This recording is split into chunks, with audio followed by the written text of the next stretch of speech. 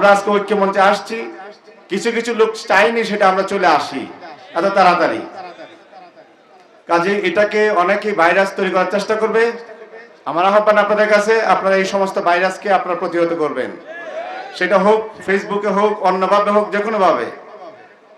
আমরা এখন সকলে ঐক্যবদ্ধ হয়ে যেই আসুক না কেন, অন্য যে কোনো দরবার অথবা অন্য যে কোনো জায়গা থেকে আসুক, আমরা একসাথে মোকাবেলা করি। সকালবেলায়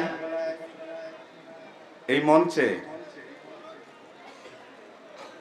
বরফের হযরত শাহ সৈয়দ গাউসুল আজম আব্দুল কাদের জিলানী রাদিয়াল্লাহু তাআলা অনুসরণে আমাদের মহান মুর্শিদ কেবলার প্রতিষ্ঠিত 64তম বার্ষিক উরুস মোবারক এই মঞ্চে আমরা সকলে একসাথে, সকল আওলাদ করে একসাথে উদ্বোধন করেছি। আপনারা অনেকেই সাক্ষী, ঠিক কিনা? আপনারা কি তাতে সন্তুষ্ট, খুশি? আপনারা কি ভবিষ্যতে এভাবে দেখতে চান? আলহামদুলিল্লাহ। আমি যেহেতু আমার চাচাজান কেবলা মঞ্চে উপস্থিত রয়েছেন, অসুস্থ মানুষ, আমার বড় ভাইজান কেবলা উপস্থিত রয়েছেন, পাশাপাশি অনেক আলেম ওলামাগণ রয়েছেন, তারা আলোচনা করবেন। আমি ওনাদের সামনে লম্বা সময় নিয়ে বেয়াদবি করব না। যেহেতু আজকের এই পর্বে ক্রেস্ট প্রদানের একটা বিষয় ছিল, সেই হিসেবে এখানে আসা এবং আপনাদেরকে আবারও আজকে অনুষ্ঠানের একটু উপস্থিতি দেওয়া মঞ্চে, সেই জন্য আসা। তো আমি আপনাদেরকে বলতে চাই, আমরা 2019 সালে যখন প্রথম আমাদের মঞ্চ ভাগাভাগি হলো, তখন আমি এটা প্রতিবাদ করি এবং এক মঞ্চের আহ্বানে ঐক্য মঞ্চে ডাক দিই। এবং আজকে আপনারা সকলেই এটা চাওয়ার ফলে আজকের এই সুন্দর একটা পরিণতি আমরা দেখতে পাচ্ছি। আপনারা তো সকলেই খুশি, ঠিক কিনা? অনেকে হয়তো আমার উপর ভুল বুঝেছেন, আমি হয়তো অন্য একটা গ্রুপ করতেছি, আমি অন্য একটা মঞ্চ তৈরি করতেছি। দুই মঞ্চ, তৃতীয় মঞ্চ কখনো শান্তি আনে না। একটি মঞ্চেই আমাদের আল্লাহ এক, আমাদের দয়াল নবী এক, আমাদের মুর্শিদ এক, রিজভিয়া দরবার এক, আমাদের টুপিও কালা এক, আমরাও সকলে এক। আমি আপনাদেরকে আহ্বান করব, আজকের পর থেকে আপনারা কেউ যদি বলেন আমি অমুকের লোক, অমুক বাবার লোক, আমি সদুল বাবার লোক, আমি সিরাজ বাবার লোক, আমি বদুল বাবার লোক, আমি আনসার বাবার লোক, আমি বলবো না, আপনাদের পরিচয় আমাদের পরিচয় একটাই, আমরা রেজভি বাবার লোক। যদি এই পরিচয়টা ধারণ করতে পারেন তাহলে আমাদের মধ্যে বিভেদ হবে না। যদি এর বাইরে যদি আপনারা বলেন আমি আনসার বাবার লোক অথবা আমি অমুকের লোক XYZ, তাহলে আমাদের মধ্যে বিভেদ শুরু হবে। আমার আপনাদের কাছে আহ্বান, আমাদের মুর্শিদ কেবলা এক, তিনি আমাদের ইমানের পরিচয় দিয়েছেন। আমাদের সকল আওলাদকে যদি এক পাল্লা রাখা হয়, আমাদের মহান মুর্শিদ কেবলা যে এক পাল্লা রাখা হয়, তাও আমরা ধারে কাছে পৌঁছাতে পারবো না। কাজেই আমরা যারাই মুরিদ করি, আজকে তিনি দোহাই দিয়ে মুরিদ করি। কাজে আমরা যতক্ষণ রেজভি মাওলার উপর থাকবো, ততক্ষণ পর্যন্ত আমরা বিচ্যুত হব না। কারণ তিনি আমাদেরকে কুরআন সুন্নাহ মোতাবেক সঠিক নির্দেশনা দিয়ে গিয়েছেন, প্রমাণ দিয়ে গিয়েছেন। আমাদের এখন দরকার ধরে রাখা।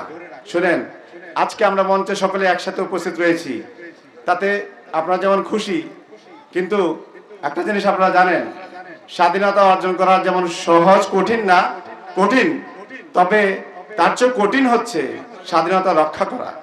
আমরা আজকে ঐক্য মঞ্চে আসছি, কিছু কিছু লোক চাইনি সেটা আমরা চলে আসি এত তাড়াতাড়ি।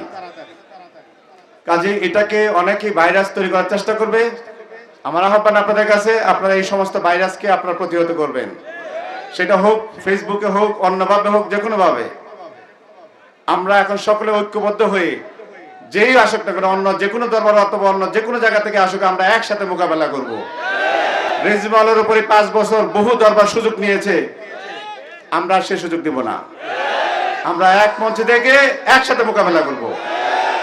আমি আপনাদেরকে বলতে চাই, এখন থেকে আপনারা শুধু আমরা মঞ্চে রেজভি দরবার এক হয়ে গেলাম, অথচ সারা দেশে আপনারা আলাদাভাবে দাওয়াত দিবেন, তাহলে আপনারা আসলে চান না। আপনারা দাওয়াত দিবেন সকলকেই, আমরা যদি পারলাম না, সেটা আমাদের উপর।